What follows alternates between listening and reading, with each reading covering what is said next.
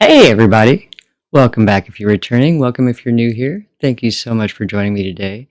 I do want to apologize for the lack of video on Friday.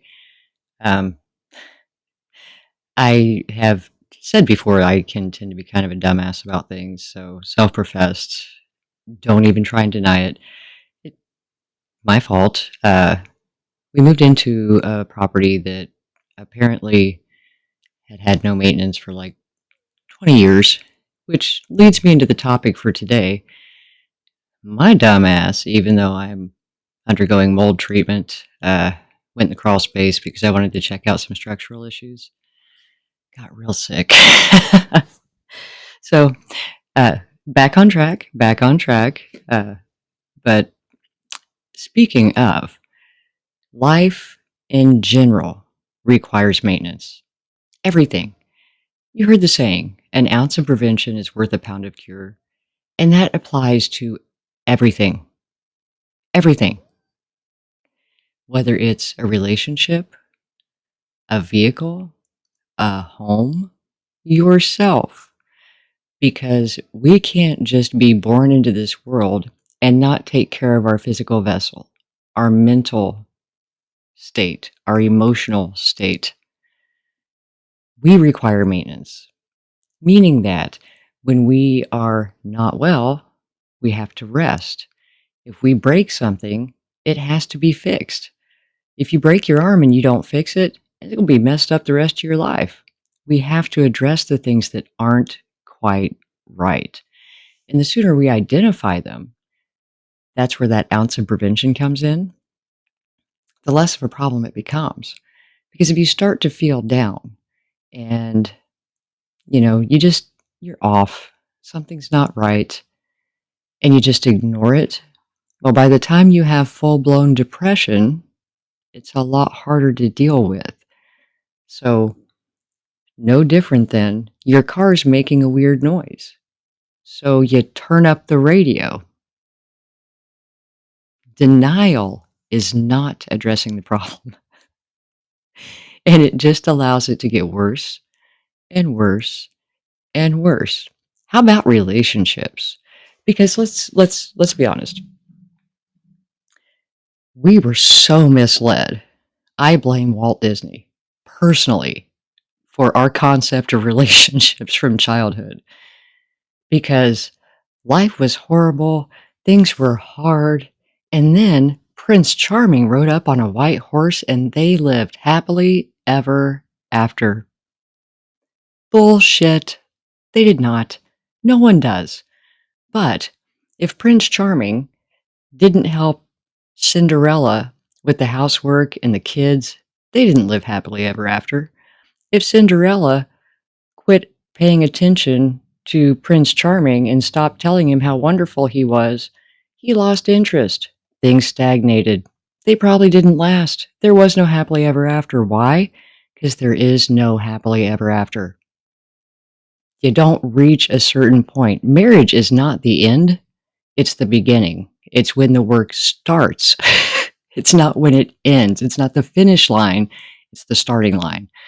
Um, And so many of us have that concept from our childhood or from the fairy tale, even though we looked around us and could see that that's not real life.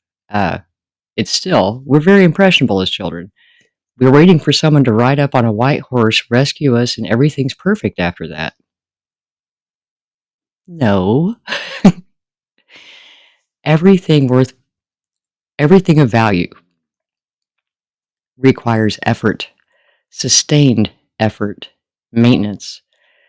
And like I said, we as a being are no different. We have to continue to stimulate our minds. We have to continue to create opportunities in our lives. We have to continue to look for opportunities for growth, to look for joy, to create time for fun. These things don't just happen. And when we don't make them happen, we spiral. We spiral because life is not a lazy river. And if we take the approach to life that it's a lazy river, that we do something once and then we're good and we can just float, that that river is going to get pretty mucky, and it's going to end up being a real rough ride. Uh, in a relationship,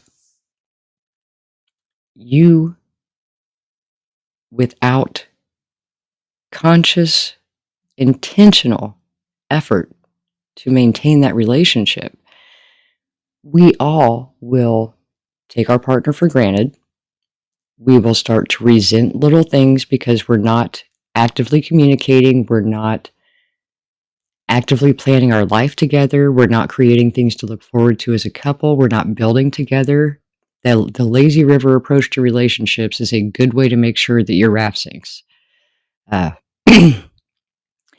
when you first meet someone and it's all new, you overlook a lot of the things that potentially could be irritating down the road because the rose-colored glasses are great in the beginning, but you have to take them off at some point. And usually what happens is they fall off because as you get closer and closer and spend more time together and start to integrate your worlds, that's when your differences start to show up.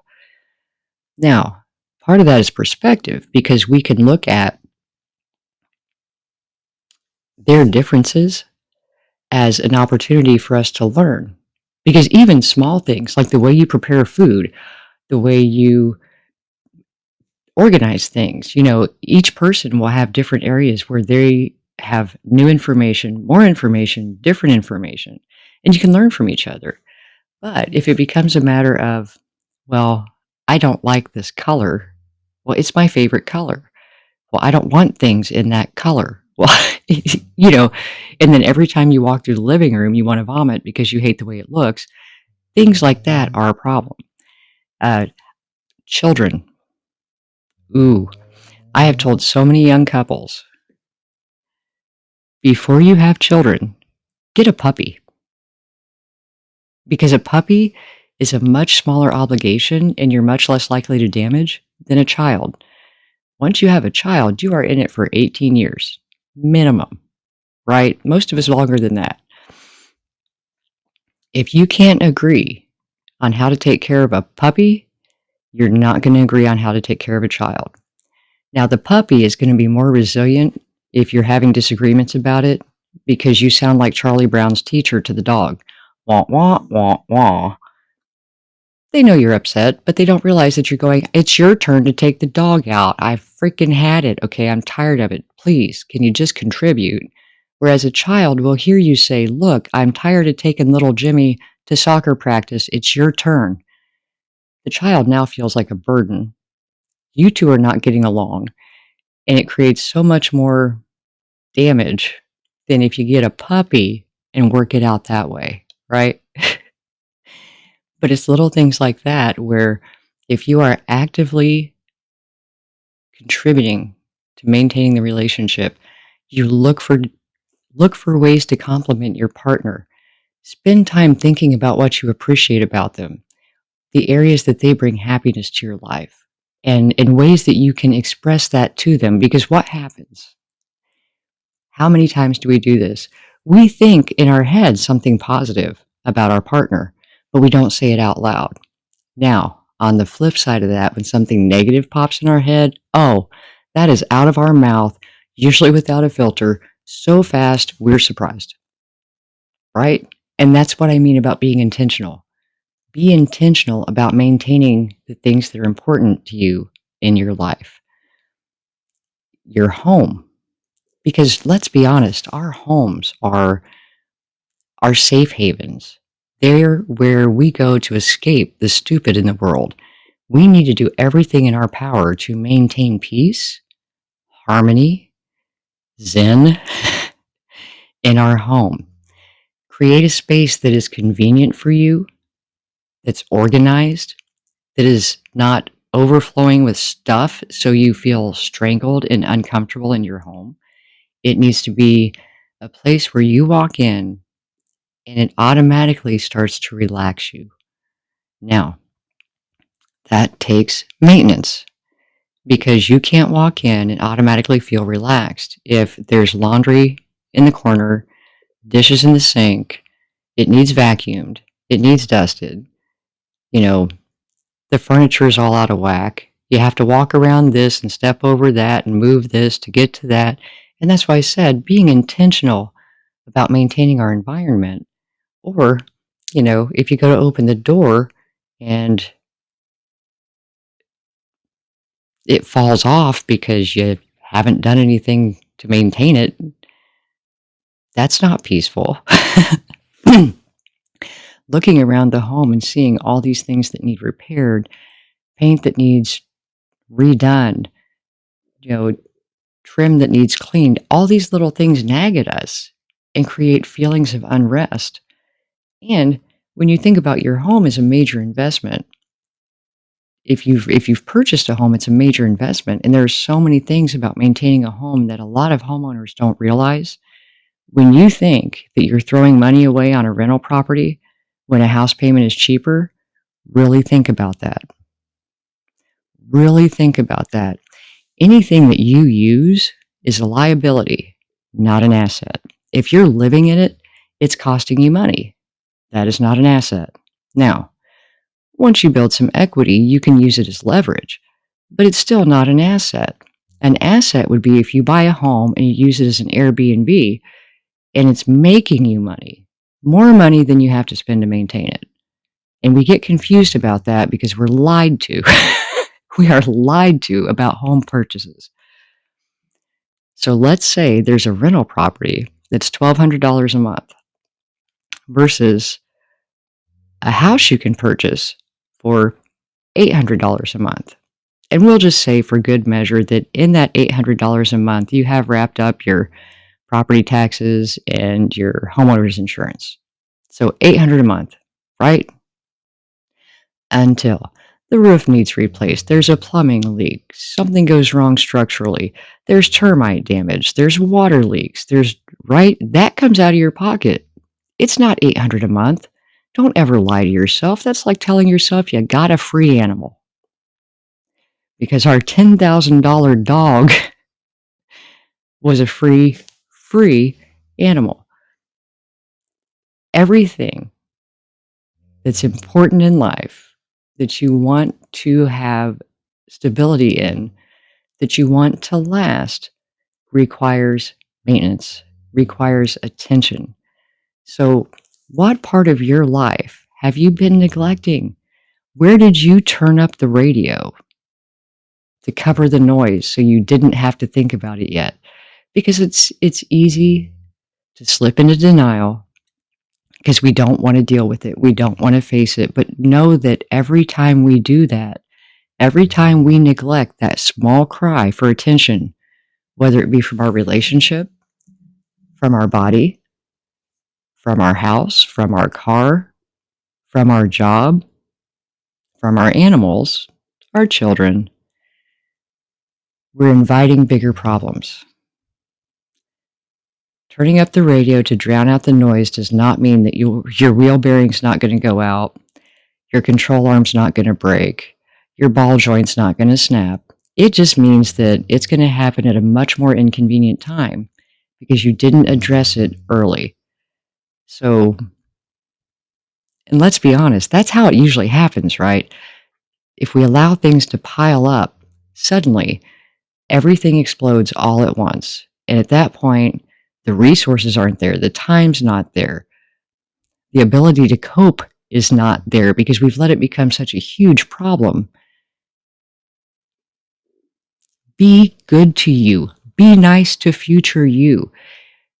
Future you will thank you when you can confidently drive down the road knowing that you got the control arm fixed. It's not a problem. The back door's not going to fall off because you took care of it. You're not getting a divorce because you didn't spend 3 years acting like everything was hunky-dory in your relationship because you got married and you were done. You crossed the finish line. It's all good. Obviously, you love each other. You got married. We can't take those things for granted. Anything that's important to us needs to be maintained. Lack of maintenance is going to create a lot of unfortunate outcomes, not what we desire. So, as inconvenient as it can be in the moment, or as energetically demanding as it can feel as we try to address these areas. And sometimes something happens and other stuff just has to go. You have to prioritize. Okay, right now the back door needs fixed, but there's something wrong with the suspension in my car. Well, we'll use the front door because I can only pay for either the back door or the car. And I got to get back and forth to work. So I'll pay for the car and start putting money away for the back door. Prioritize. We can't do everything at once. In the meantime, don't forget to tell your partner they're fabulous. Feed the dog. Change your oil. Sweep the floor. Do the little things. Do the little things that maintain your life to make it easy for you. You deserve to have peace at some point. And if we allow all these things to pile up, then we suddenly have a long period without peace while we try to deal with everything. Allow discomfort in the moment to address something, and then it's done. It's over there. Do your maintenance. Do your maintenance on you. Do your maintenance on things that are important to you. Don't allow everything that holds value in your life to depreciate beyond the point of salvation or resurrection because you just didn't feel like it. You didn't feel like messing with it right now. You deserve better. You deserve nice things. You've worked hard to have the things that you have in your life. And at one point, that was what you wanted. If it's not what you want now, start looking at ways you can change it.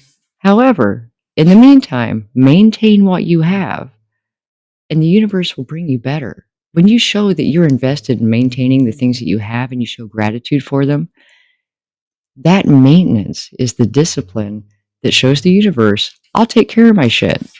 If you recall, if you're familiar, in the Bible, one moment, please. Smokey. Thank you for that. So, I'm back. In the Bible, there are several references to being a good steward. There's a story of, I believe it was a king. You have to pardon me, it's been a few years. I believe it was a king. He was going away, and he gave different people different gold pieces. He gave one guy 10 gold pieces, another guy 100 gold pieces, and a third guy one gold piece. The other two invested and were able to return to the king at the end of his journey. When he returned back to the homeland, he went to the people whom he had trusted as stewards of his gold pieces. Two of the three had invested them wisely and actually increased the amount that they had originally had. They had the original amount plus more. They had invested it. They had grown it. But the guy that only had one, in his mind, felt lack and was scared that he would lose that one gold coin and the king would be angry. So he buried it. So when the king got back, he dug it up and dusted it off and was like, look, I still have your gold coin. Your one gold coin. That was not good stewardship. And that one sticks out in my mind because when we think about being good stewards with our resources, if you are entrusted with a little and you show responsibility and you care for and maintain that little, it shows that you can be trusted with more. So energetically, maintenance is very important in manifestation along with gratitude. So if right now you just have a little, so you got a shitbox car, keep it running, keep it clean, because that's the best way to show that you deserve something better. Because if you're like, well, it's just a shitbox car, get attached, get comfy in it, because you're putting out to the universe that you don't appreciate having a vehicle. You don't appreciate having transportation. And if you're not going to maintain it, well, you certainly can't be trusted with something better. You see how that works? Same with relationships. If you're not in the best relationship ever, do everything you can to make it good. And If it's not going to work, it's not going to work. But it shows that, you're willing to put effort into a relationship, so you're ready for something better. If it's a house, if it's a job, you see where I'm going with this.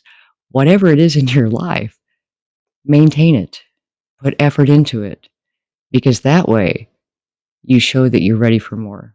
You're ready for growth. You can do better. You're ready to level up in your relationship. It doesn't have to be a new relationship. It can be an increase in happiness in your current relationship. And by God, if you're not appreciating your partner, that little step, that little switch will improve your relationship dramatically. Say the nice things you think out loud. And when you think of that bad thing, that's the time to be quiet. Process it. Try to make it funny. Make it cute. Try to say way more positive than negative. Show appreciation. So, anyway, I hope this helps. And the manifestation, creating positive environments, maintenance, being kind to future you, these are all topics that I cover in the book. Get your shit together. There's a link in the description box for Amazon. It's on Kindle, paperback, and Audible. So if you're interested in going deeper into these subjects, it's pretty thick. There's a lot in there. But I wanted to be able to offer you that information in one place instead of multiple videos. And like I said, I try and keep these light, not as long, quick little bits here and there. So at any rate, I hope this helps, and I will talk to you soon.